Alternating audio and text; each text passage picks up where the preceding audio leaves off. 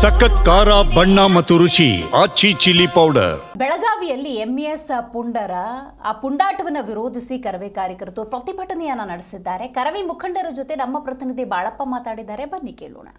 ಇನ್ನು ಬೆಳಗಾವಿ ಚಳಿಗಾಲ ಅಧಿವೇಶನ ಸ್ಟಾರ್ಟ್ ಆದ ತಕ್ಷಣ ಎಂಇಎಸ್ ಪುಂಡರು ಒಂದು ಕನ್ನಡಿಗರ ಮೇಲೆ ದಬ್ಬಾಳಿಕೆ ಮಾಡುವಂಥ ಕೆಲಸ ಮಾಡ್ತಾರೆ. ಈಗಾಗಲೇ ಏನು ಕನ್ನಡಿಗರು ಅವರಿಗೆ ರೊಚ್ಚಿಗೆದ್ದು ಒಂದು ಪ್ರತಿಭಟನೆ ಮೂಲಕ ಒಂದು ಅಂತಿಮವನ್ನು ತೀರಿಸಿದ್ದಾರೆ. ಯಾಕಂದರೆ ಈಗಾಗಲೇ ಬಹಳಷ್ಟು ದಿನ ಏನು ಮರಾಠಿಗರು ಏನಿದ್ದಾರಲ್ಲ ಕನ್ನಡಿಗರ ಮೇಲೆ ಹಲ್ಲೆ ಮಾಡುವಂಥ ಕೆಲಸ ಮಾಡ್ತಾಯಿದ್ರು.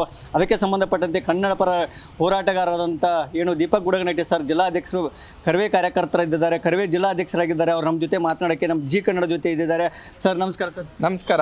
ಸರ್ ಏನು ಸರ್ ಬೆಳಗಾವಿ ಅಂತ ತಕ್ಷಣ ಏನು ಮರಾಠಿಗರು ಒಂದು ದಬ್ಬಾಳಿಕೆ ಮಾಡ್ತಾರೆ, ಕನ್ನಡಿಗರ ಮೇಲೆ ಹಲ್ಲೆ ಮಾಡುವಂಥ ಕೆಲಸ ಮಾಡ್ತಾರೆ, ಕನ್ನಡಿಗ ಬಸ್ಗಳ ಮೇಲೆ ಕಲ್ಲು ತೂರಾಟ ಮಾಡ್ತಾರೆ. ಸಂಬಂಧಪಟ್ಟಂತೆ ನೀವು ಸಾಕಷ್ಟು ಹೋರಾಟಗಳನ್ನು ಮಾಡ್ಕೊಂಡು ಬಂದಿದ್ದೀರಾ.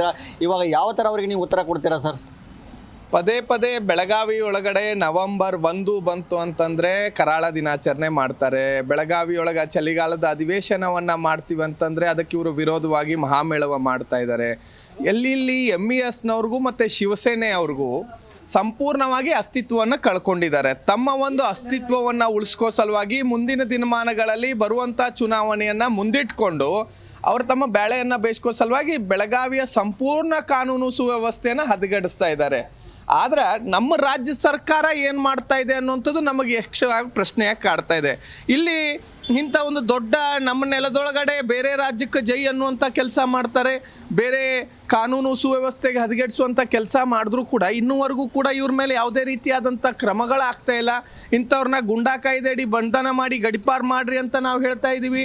ಇಂಥ ಸಂಘಟನೆಗಳನ್ನು ಕರ್ನಾಟಕದಿಂದ ನಿಷೇಧ ಮಾಡಿರಿ ಅಂತ ಹೇಳ್ತಾ ಇದ್ದೀವಿ.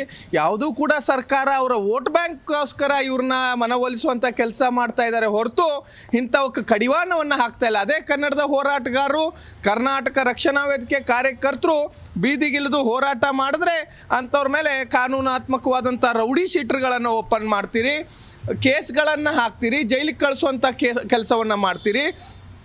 ಆದರೆ ಇಂಥವ್ರಿಗೆ ಯಾವುದೇ ರೀತಿಯಾದಂಥ ಸರ್ಕಾರ ಇಂಥ ಮುಖಂಡರುಗಳಿಗೆ ಪಾಠ ಕಲಿಸುವಂಥದ್ದು ಆಗ್ತಾ ಇಲ್ಲ.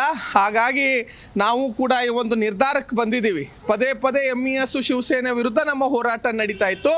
ಇನ್ನು ಮುಂದಿನ ದಿನಮಾನಗಳಲ್ಲಿ ನಮ್ಮ ಸರ್ಕಾರದ ವಿರುದ್ಧ, ನಮ್ಮ ಜನಪ್ರತಿನಿಧಿಗಳ ವಿರುದ್ಧ ನಮ್ಮ ಹೋರಾಟವನ್ನು ಪ್ರಾರಂಭವನ್ನು ಮಾಡಿ ಮಹಾರಾಷ್ಟ್ರದಿಂದ ಕರ್ನಾಟಕದೊಳಗಡೆ ಇಂಥ ಸಂಘಟನೆಗಳನ್ನು ನಿಷೇಧ ಮಾಡಬೇಕು ಅಂಥೇಳಿ ಒತ್ತಾಯನ ಮಾಡ್ತೀವಿ. ಯಾಕಂದರೆ ಸರ್ಕಾರಕ್ಕೆ ಈಗಾಗಲೇ ಒಂದು ಎಚ್ಚರಿಕೆ ಕೊಡುವ ಮೂಲಕ ಈಗಾಗಲೇ ಪ್ರತಿಭಟನೆ ಮಾಡಿದ್ರು. ಮರಾಠಿಗ ಪುಂಡಗರನ್ನು ಓಡಿಸುವಂಥ ಕೆಲಸ ಮಾಡಿದ್ದಾರೆ.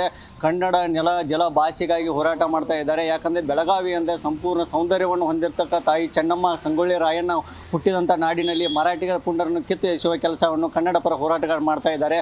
ಬಾಳಪ್ಪ ತೀರ್ಥ, ಜಿ ಕನ್ನಡ ನ್ಯೂಸ್, ಬೆಳಗಾವಿ.